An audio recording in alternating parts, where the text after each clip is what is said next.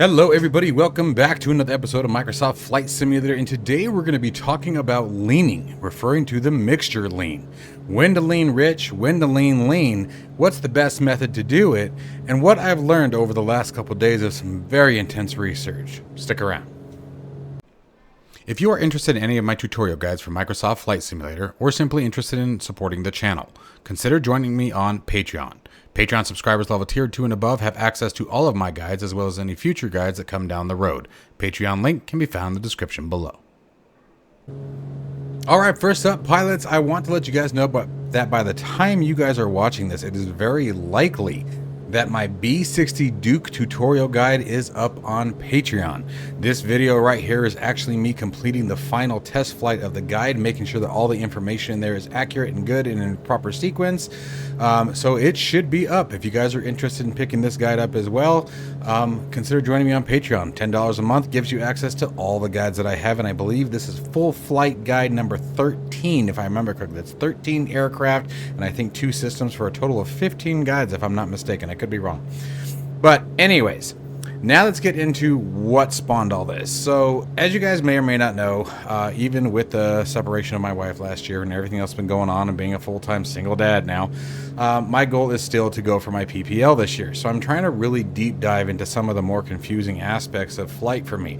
One of those confusing things has always been leaning. When to lean, how to lean, what's better to lean, do you lean rich, do you lean lean, and you know, how do you even know which is which?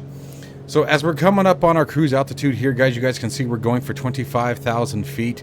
We're currently at 23,000 feet. Let's start talking about the different types of lean. Now, one of the things I want to give you guys a tip on right away before we get up to cruise and it screws everything up is as you are climbing, I don't necessarily go for any kind of target or particular lean, but I do tend to simply pull the mixture back just a little bit.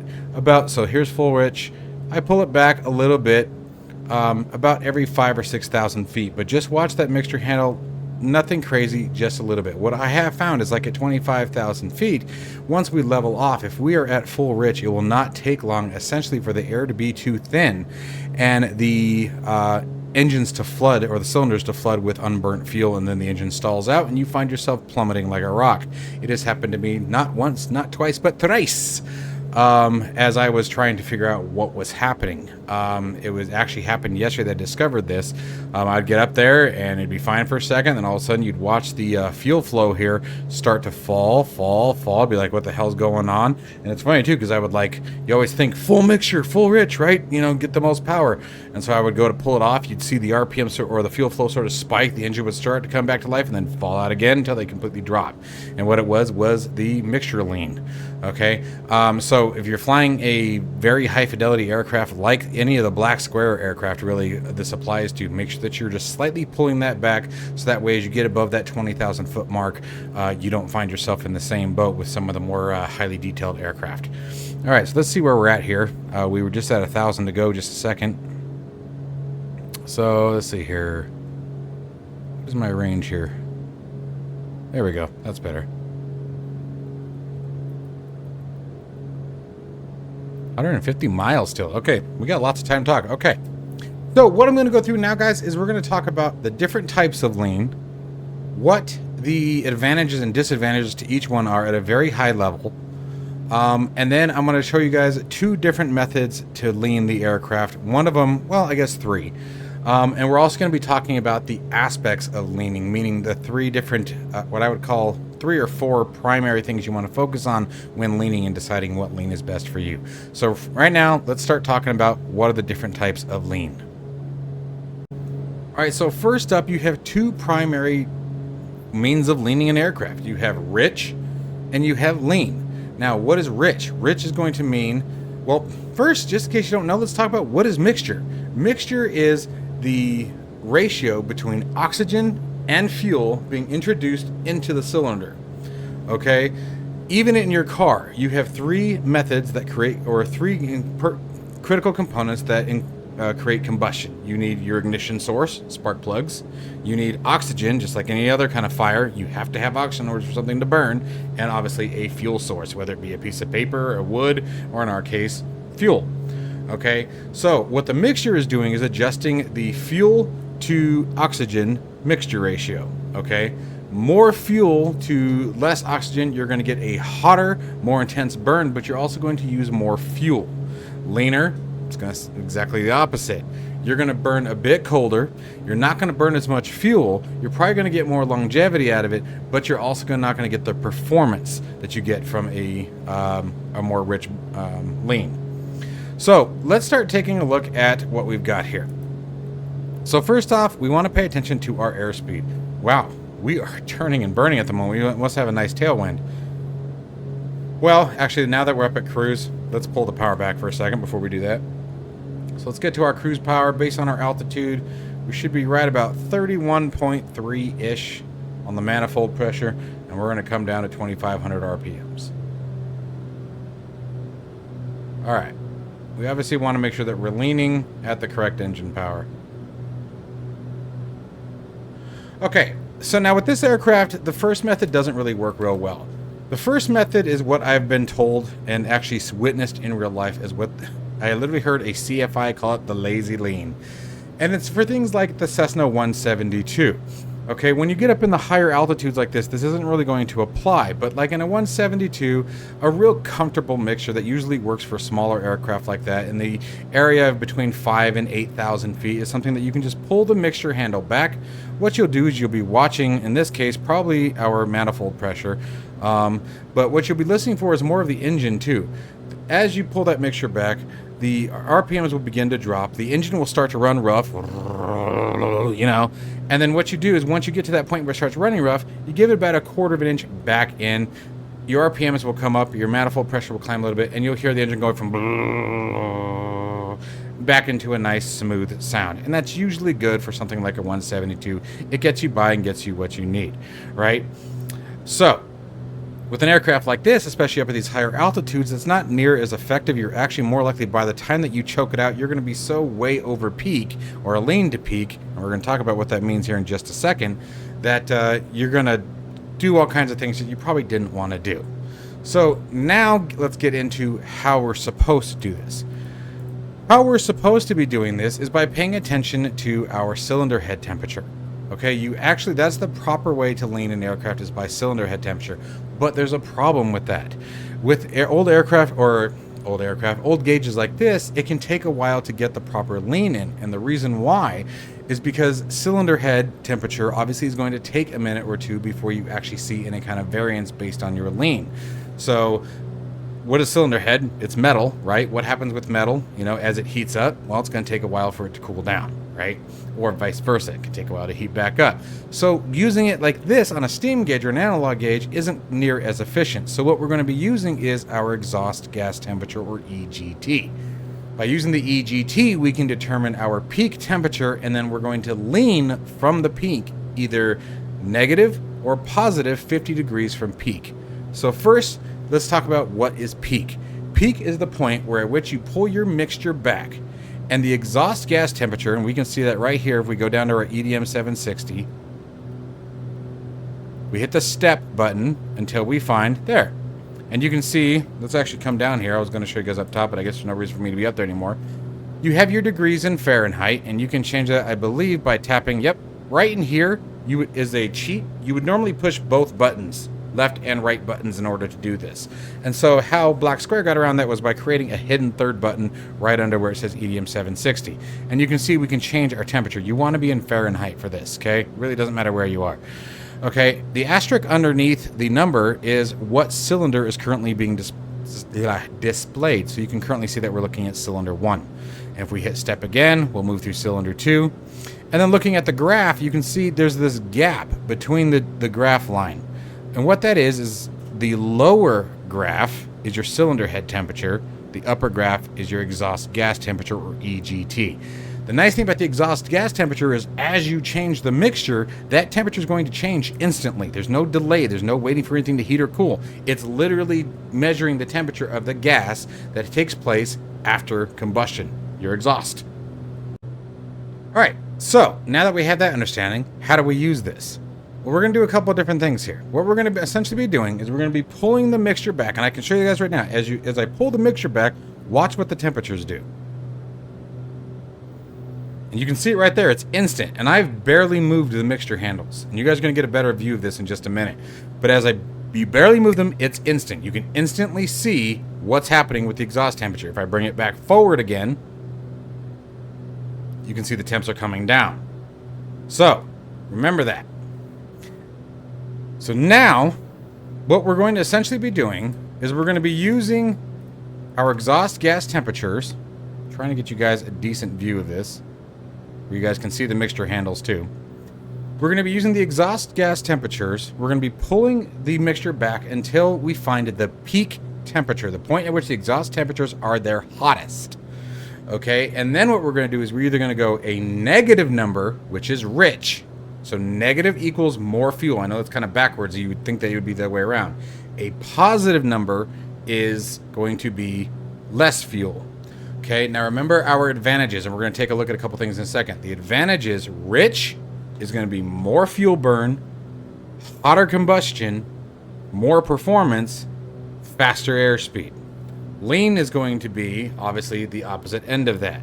It's going to be a bit cooler burn, less fuel used, more endurance. You're going to be able to fly further and longer, but at a slower airspeed. So before we get into this, let's take a look at our airspeed.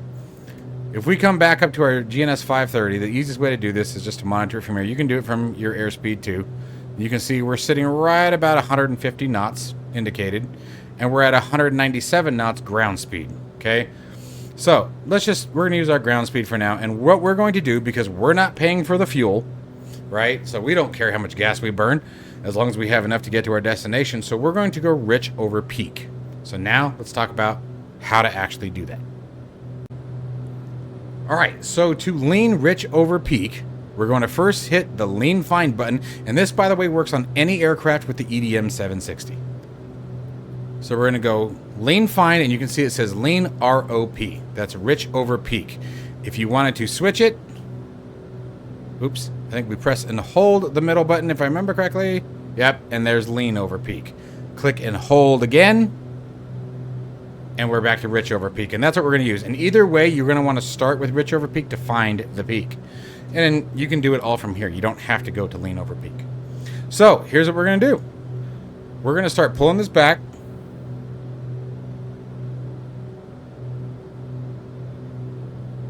You can see those exhaust temperatures rising. Now, the flashing asterisk is already identifying the hottest temperatures on each side. There's a left engine, right engine, and by the way, I think in case I forgot to tell you guys, the T is for the turbochargers. So we have cylinder 4 on the left engine, cylinder 1 on the right engine are the hottest. So we're going to keep pulling back though. Usually you'll see peak for this particular aircraft at about 1600. But we're still going to go very, very slow. Let me bring this down a little bit so you guys can see the mixture handles. Look how slow we're moving. Just barely. It doesn't take much to gain a lot of ground.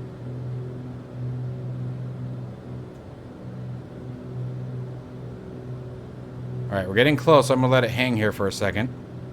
And eventually what we're going to see is for a brief second, we're going to see the temperatures come back down, and then they're going to go back up again. So we're going to keep going, keep pulling that mixture off.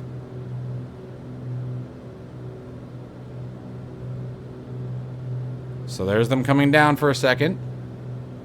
There's peak on 1. Tap it. There's peak on 2. Alright, now we're going to leave it. So the numbers will automatically start displaying. So you can see here, right now, we are lean over peak. Okay, we are 18 degrees lean on the left engine. We're 22 degrees lean on the right engine. So we're burning less fuel, getting more distance. We want to go the other way around. Now, once again, let's monitor that airspeed for a second. We're at 200 knots now. So now I'm going to go back towards the firewall. And it doesn't take much. So we're already in the negatives. Let it settle. Move it just a little bit and let it settle. This works really well if you have a mixture knob that you can turn and fine tune. If you guys want a really good example of that, that's really reasonably priced, go to Gear Falcon. Look up the Gear Falcon TPM. It is a wonderful piece of hardware, and you can just turn it in. It has that ability. You can actually push the button and to move them, or you can just turn that mixture knob. It makes it real nice. In our case, we're using the Bravo right now because we're on a twin-engine aircraft and I wanted to have the dual axis. So there we go. We're at 0 degrees, coming forward. Still coming forward. Still coming forward. Hopefully you guys can see the mixture handle right here. Coming forward. Almost there.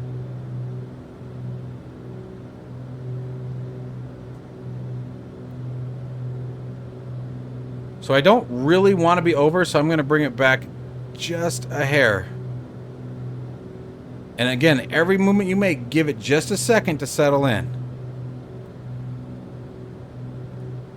Okay, now, the other thing that I want to show you is you guys can see that we're a little off, but I want to show you guys something. We got to cruise, and on this particular aircraft, we have prop sync. What prop sync actually does is it keeps the engines, or I should say the RPMs, from being more than 50 RPMs from one from the other. Okay, so if an RPM is 50 degrees lower than this one, the prop sync synchronizes them so that way they maintain the same.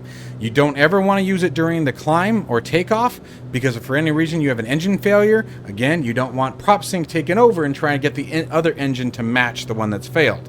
So you don't use it during climb, you don't use it during takeoff. It's advised against during descent. Okay? So now we're going to go ahead and turn prop sync on, and that may stabilize some of this for a second. Okay, so it took a second. It took about 30-45 seconds, but you guys can see here, now they've matched up, now that we have the prop sync on. And this is why it's better to do this once you're up at cruise. So we're going to tap just a hair. Like, I cannot express how small. I mean, I hope you guys see that. And I want to leave it there. That's good enough for me. I'd rather be slightly under than over. There you go. There's our 50-50. And if we come up, we're now at 204 knots, and we'll probably get a couple more as things go on, but it's also going to be based on wind direction, things like that. But you gain some airspeed. I have seen it so far in my trials of this. I have seen it go anywhere from 5 to 6 knots, all the way up to 10 to 12 knots. So you get some pretty good climbs out of it. And for example, if we look at our indicated airspeed, remember that we were 150 knots when we started, and now we're right at 100 and, yeah, about 160, give or take, a little bit under. So anyway, that is how you lean an aircraft. That is the purpose of Mixture. I did not mean to do that. There we go. And I hope you guys found this useful. It's been a lot of fun really deep diving into this stuff and getting an understanding of what its purpose is. I won't go into all of the mechanical aspects of it. I will say that obviously when you burn richer, the other thing to think about is hotter temperatures, you're still dealing with metal. What happens as metal gets hotter, it starts to expand. When metal expands, it gets grainy. For any of you guys have watched Forged in Fire, you probably have seen where the knife breaks and they look at it and they say, oh, it looks like your grain structure is really large. That's what happens when metal gets too hot and then is contracted too quickly. So there is that is a downside to running rich is, and it's funny because if you Google which is best, lean rich or lean of peak, or rich of peak or lean of peak, boy, you're going to open up a can of worms. So keep that in mind, because it seems to be the eternal battle amongst pilots as to which is more beneficial, because one of them saves you fuel, one of them potentially costs you more maintenance on your yearly maintenance cycle for the aircraft. So it's one of those, like, some people say, well, you end up saving your money in fuel and the maintenance isn't as bad, and then others say, well, it costs so much at maintenance that I'd rather, spend a little bit more on the fuel. There's just constant pros and cons. But as you do this, and especially if you're in a black square aircraft, make sure that you guys are also checking out, ooh, we need to turn our oxygen on. We'll talk about that in the guide. But let's get that oxygen going since we're here. Make sure that you guys watch your engine repair and damage on this particular aircraft, because obviously that is something that will be taken into consideration is if over time. So anyways, I hope you guys enjoyed the video. Hope you found it useful. If you are a real pilot, remember, I'm not yet. So if you guys have any further tips and tricks, little pieces of information you'd like to add to it, I would love to hear it. I'm all about learning and sharing the information as it comes along and making the flight simulation experience as realistic as we can at this point. So as always, guys, stay safe and healthy. See you in the next one.